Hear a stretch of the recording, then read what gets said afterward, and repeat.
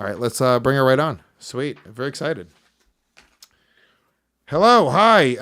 Very happy to have the very talented UFC flyweight, Erin Blanchfield, from my hometown in New Jersey. But we're not necessarily from my hometown. Her gym is in my hometown in New Jersey, which is great.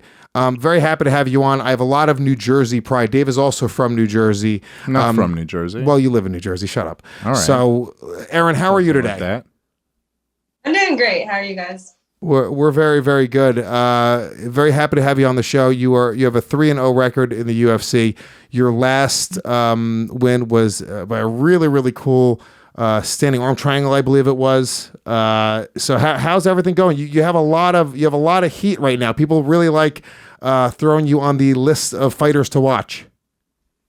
Yeah, definitely. I mean, it was a high elbow guillotine. Yeah, finished in the second round. Oh, sorry, I don't know what I'm talking about. No, it's all right. But yeah, it was my first finish in the UFC. I was super excited about it. I think I'm getting a lot of traction because I'm one of the younger. I think I'm like the youngest flyweight in the division. I'm number 15 now, and I want that winner of like that Macy Barber and Jessica I fight next month. So I'm excited to see how that goes and then see what's next for me.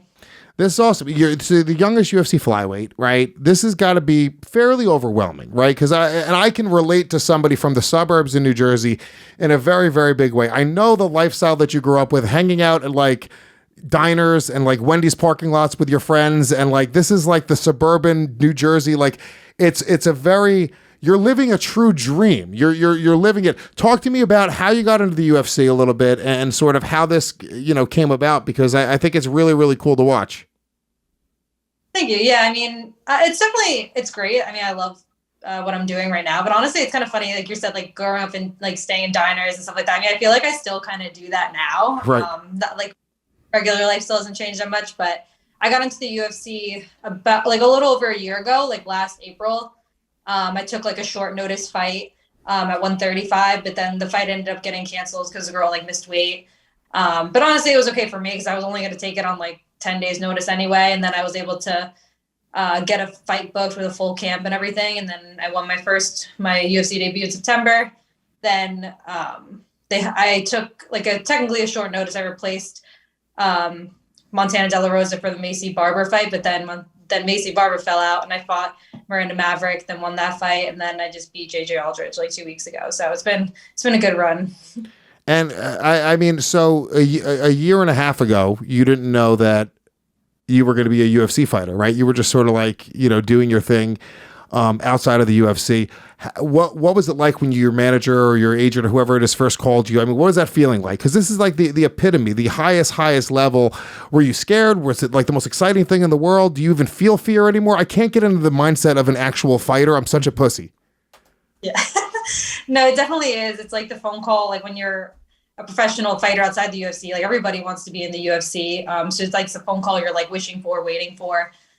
So I was fighting with Invicta at the time, and I won a fight back in like July 2020. And then they wanted me to fight for their title against like Pro Gonzalez. And that fight was set up and I was like, oh, perfect. Like I'll win the title and then hopefully like the UFC will call. But then that fight ended up getting canceled because Pro got COVID.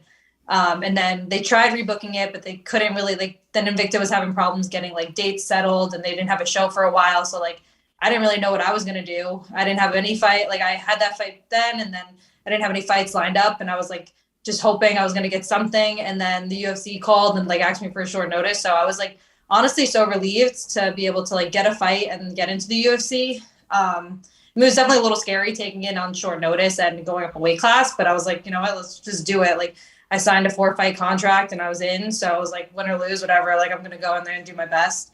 And then it all ended up working out anyway. So it was perfect. Are you a big fan of MMA? Like, do you watch other fighters? Do you have favorite fighters? Yeah, I definitely am a fan. I've been watching it for years because my dad was a big fan of the UFC, like when I first started back in like the 90s. And I didn't really watch it when I was younger, but then when I was like 12, 13-ish and like girl and women got into the UFC, I started watching it more then. But yeah, I'm definitely a huge fan. That's got to be wild for your dad to like, if he's such a big UFC fan, like, you know, he brought you to your first jiu-jitsu class or your first, you know, boxing class or whatever it was. I'm assuming it was your father's sort of influence, right? That's got to be such a crazy experience to sort of like watch your kid go from being like, because I have a 9-year-old now and he does jujitsu. So to watch him go from being a boy to fighting professionally, it's such a wild journey. He's not going to be undefeated in the UFC, Lewis. He has your genes. But yeah, I mean, both parents actually. Well, my mom kind of wanted. She got my brother into martial arts first because she wanted him to like learn how to defend himself, and I think I just like quit dance at the time when I was like 6 or 7, and I went to go like watch him. So it's kind of like both my parents. And my dad was like into UFC, and he trained a little boxing and stuff growing up. But then my mom also like wanted us to kind of get into it just for like the self-defense aspect. They both were like super supportive. Yeah. So your brother was doing it. Was your brother being bullied or something, and then your mom got to do it for that? No, he was only like 4 years old at the time. I think he wasn't doing any sports yet, so she just figured she'd put him into that. Yeah, that's cool. So let me ask you a question. What would you recommend if you got a friend who's got a kid going into martial arts? Would it be jiu-jitsu or would it be Muay Thai? Because I know you train with Augie in Fair Lawn at MK Muay Thai, which is a really great school, really beautiful school, big clean school. And a lot of badasses. I sparred there once, and everyone just realized that I couldn't check a kick within a minute, and then it was just literally me being kicked in the leg over and over again until I limped out of there. Lewis walks in and goes, "Hey guys, I can't check kicks. So anyone want to spar?" I got a nightmare. But what would you recommend? You got a little kid. Dave's got 2 little kids. He's got a little girl. In fact, what would you recommend his 3.5-year-old daughter to get started in? I mean, personally, I started doing both. Like, I started doing no-gi jitsu, like, and kickboxing, like, at the same time. So I think they both definitely have their benefits. I mean, I think you have to see, like, what your, like, kid, like, likes more, like, maybe if they like the grappling more, they like the striking more, maybe let them kind of, like, start with that, and then maybe try to influence them to do the other as well. But, I mean, I think starting with either is best. I feel like some jiu-jitsu schools start kids a little bit younger than maybe, like, some striking schools, so you can kind of get them into that. But, personally, if you can start them with both, I think both would be super beneficial.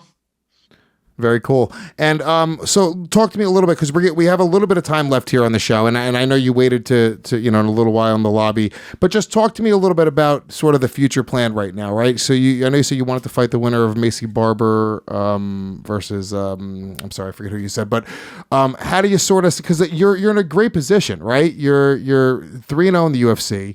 The women's flyweight division, it's not like this crazy path to get to the title. How do you see your next year going in the UFC? How do you see it unfolding? I hope I get the winner of that fight. I mean, and you can never really plan it exactly because you never know what's going to happen. Like, you don't know if like a fight gets booked or something and then someone falls out of that and you can kind of like hop in and maybe take someone that's a little higher ranked and move up a little bit quicker.